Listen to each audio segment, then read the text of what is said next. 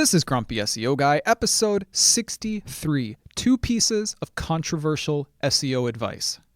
You're listening to Grumpy SEO Guy, the SEO podcast that doesn't waste your time with nonsense that doesn't work. I'm the Grumpy SEO Guy, and I'm sharing with you the strategies that have helped me successfully run my SEO agency for the last 14 years. In this podcast, I'll be sharing my knowledge and experience, discussing tips and strategies, and trying to help you cut through the confusion that permeates this industry.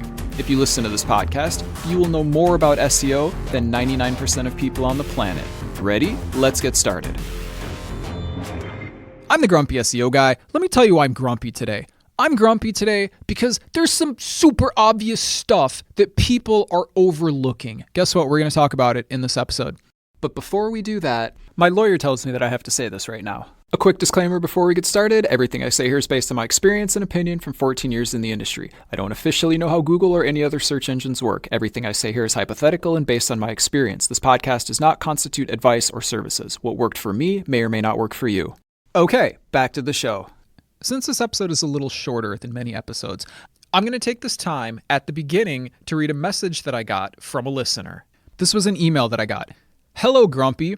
Just wanted to reach out and say a huge thanks for your podcast. The more I apply your strategies, the better my rankings get, and the more I realize just how much BS there is in the SEO field, and it's starting to anger me. Nobody mentions keyword difficulty. Nobody mentions authority. Nobody mentions the fact that you could write a 10,000 word article replete with images and infographics, and yet it'll never, ever, ever rank if the keyword is too competitive. They tell you everything except the 2 or 3 most important factors for ranking: keyword difficulty, authority, link building, DIY, or otherwise.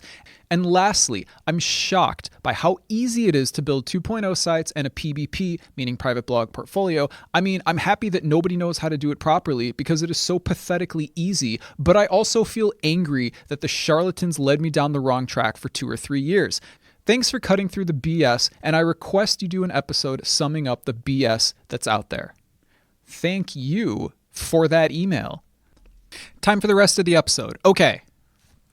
The first thing I want to talk about is you might have heard this saying, okay? You might have heard this before. It doesn't apply to SEO, but I'm going to apply it to SEO. And what I'm saying is this: if it ain't broke, don't fix it. By the way, for those of you listening that are not native English speakers, probably never use the word ain't because it's not proper English. Just putting that out there. But the saying itself is, if it ain't broke, don't fix it, which means if it's not broken, don't fix it. Also, don't refer to something as broke if it's broken, because broke refers to when you don't have enough in your wallet to actually buy anything. Broke does not mean broken. This is just an expression with bad grammar that has found its way into common English usage. Okay, grammar lesson over. Listen, so if it ain't broke, don't fix it. What does that mean? It basically means don't screw with something if it's working the way it's supposed to. Okay, how does this apply to SEO? I'm going to give some controversial advice right now, but this is just what I think. Look, if you're like in position 2 or 3 or 4 or 5 or something, don't screw with your website, okay? Don't screw with your web pages. Like, seriously, because I keep finding posts from people that are saying stuff like, oh yeah, we were in position 4 and then we like changed our content and now we're like not even on the first 5 pages or something. And yes, I always tell you that content doesn't make a big difference, and it usually doesn't. But if you're changing things on your website, it might cost something to get modified somewhere, and now maybe the search engines don't think you are supposed to be in position 4 or whatever I said. I don't remember. But look, if you're in position 5 or 4 or 3 or 2, don't make changes to your website with the following condition. If you have to change something because it's factually incorrect, yes, change it, okay? If you're selling blue widgets, okay, and you're saying the blue widgets are square, you can buy square ones or you can buy circular ones, okay? But then you realize that the circle was a typo and they're actually triangles, they're not circles. You should go change that, okay? Because that is incorrect. But stop making little changes here and there because you think it's going to improve your rank. First of all, if you're in position 4, okay, the difference between position 4 and position 1 is not the content on your site, okay? It's probably authority. If you're in position 4, build backlinks, okay? The search engines are not going to say, oh, look at this person. They wrote better content. Let's boost them up in the rankings. We already, I hope, have established that that's not what happens. So just stop. Like, yes, can it be annoying? Look, if you're in position 4, and okay, so like, this is always what happens. Whenever I'm actually being like honest with this. It's funny. Like, you'll see why it's funny if I can actually finish telling the story. Okay. Like, sorry. I'll get messages from people. They never say, I want to be in position 1 because I want to get more customers. They never say that. They always like know the guy who runs the website right above theirs. Like they know, like they actually have met him and they're just like, they just want to outrank that guy who's like right above them. I'm not, look, everybody's got their own reasons, okay, for like wanting to rank, but I would just expect that people would say, oh yeah, I would really like to rank because I would like to get more viewers to my site. But like, it's like, that's not the answer. It's always some person who runs a website above them and they just need to outrank that person. And it's just like, all right, like whatever your motivation is, right? Like, we probably help you, but ultimately, like, that's just funny to me. So I don't know. But here's the thing. A website that's in position 4 and wants to be in position 3 probably doesn't need to change its content. It probably needs more authority, okay? If you change your H1 tags because somebody told you that it's going to make you rank better, it's probably not. And what's probably going to happen is the search engines are going to say, oh, this guy's altering his website. We don't know where it should go. And you're going to drop off the first page. So if it ain't broke, don't fix it. So if you're ranking relatively well already, don't make changes to your website. Okay. That's number 1. Here's the second piece of smart advice. I don't know what to call it. I'm going to give you. Number 2, people often ask, actually, I could probably divide this into 2, but we'll see how it goes. People often ask, hey, I did such and such and I got a little ranking improvement. What should I do now? You should keep doing the same thing. I don't understand. It doesn't make any sense. Hey, I'm trying to get in shape, you know, and I've been running like 5 miles every other. I'm just making this up, guys. It's like, this is my disclaimer, okay? Because when you're in a place like I'm in, you have to be careful sometimes with like what you share. Because if I say, let's say I'm giving a hypothetical example and I say, okay, guys, so pretend you're in like position 8, right? And then you go out and you get like 80 backlinks and then you're in position 6.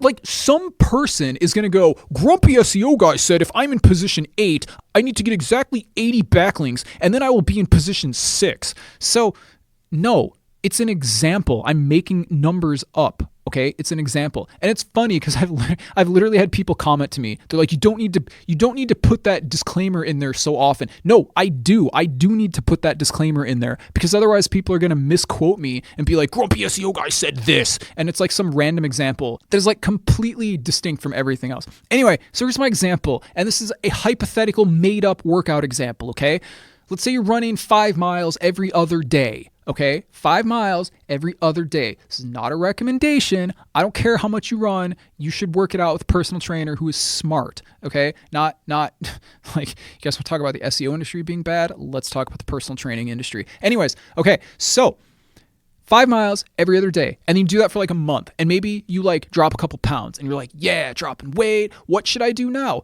I don't know. Maybe keep doing the same thing because it's working.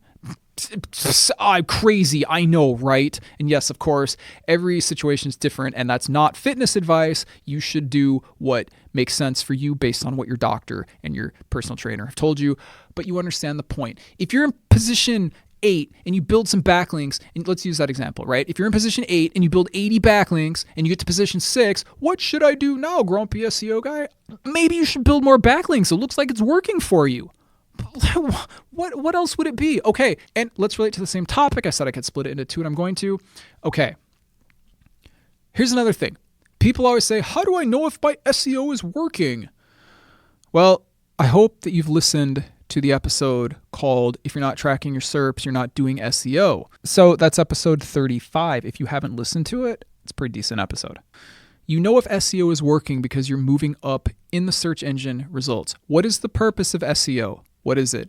What is the purpose of SEO? The purpose of SEO is to get to the top of the search engines. How do you tell if you're at the top of the search engines? You use a SERP tracking tool. A SERP tracking tool is a tool that makes a SERP chart. All SERP means is search engine results pages. It just means what position are you in? What position is your website in for your keyword? That's all the SERP chart shows you, or that's all that SERPs means basically. So a SERP chart shows you what position are you in, and it shows you your position for every single day. It will check it every single day and place your position on a chart so that over time you can look at it and see if you're increasing or decreasing. The first thing that you need is a SERP tracking tool. All right. Well, like after you have a website, like that's literally the number one thing you need, because that is how you tell if your SEO is effective or not. Okay. Go get a SERP tracking tool. There's lots of them. I use one called SERPFox. They're pretty cool, but there's a lot of them, and you can use whatever one you think is best, but you should use SERPFox because it's great. Anyways, how do you tell if an SEO campaign is working? Because your SERPs, search engine result pages, SERPs, it means what position are you in? Because your SERPs are increasing. Increasing, by the way, means getting closer to 1, not increasing in number. That's confusing, isn't it? If I say a number is increasing, that means it's getting bigger. But if your SERPs are getting bigger, it means that you're doing a bad job at SEO. Now that I've just made this completely incomprehensible, let me say this one more time. You want your SERP chart to be showing positive movement. Positive movement means you are getting closer to the top. It means you are getting higher in the ranking. It means your SEO is doing a good job, okay? If you're in position 10, and then in a week you're in position 8, that is proof that you are doing good SEO. Why? Because you are increasing in the rank. That's the only metric that even matters. I have a whole podcast episode on this. It's episode 59. It's called Traffic is Not an SEO Metric and What You Should Use Instead. Anyways, that's how you tell if it works. And then if your other question is, I got some positive movement, what should I do now? The answer is you should probably keep doing the same thing because it's working. Okay? I mean, it's funny, maybe you're laughing right now because it seems so obvious, but I don't know. My job is to answer your questions, and I get that question a lot, so I'm answering it. I don't know.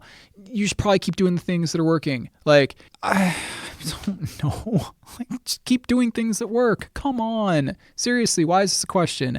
Just kidding. I'm not judging, but for real, guys, build backlinks. That's the answer to your question.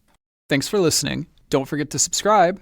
And if you enjoy this podcast, please leave a review. It would really help the show out. I hope this episode was helpful. If you have any questions or want to suggest a subject for a future episode, you can contact me on Reddit. My username is Grumpy SEO Guy. You can visit the Grumpy SEO Guy subreddit, or you can email me at hello@grumpyseoguy.com. If you email me, please either whitelist my email address or check your junk folders, because I've been told that my replies are going into the junk folder, and it's probably because we're talking about things like SEO and backlinks, and I think those words will classify an email as spam. And if you want to support the podcast, because it's the best source of SEO information on the planet, and it's free, you can do so at patreon.com/grumpy SEO Guy. And I will talk to you later. You're listening to Grumpy SEO Guy, the SEO podcast that doesn't waste your time with nonsense that doesn't work. Join us next Wednesday when we talk about 301 redirects and SEO.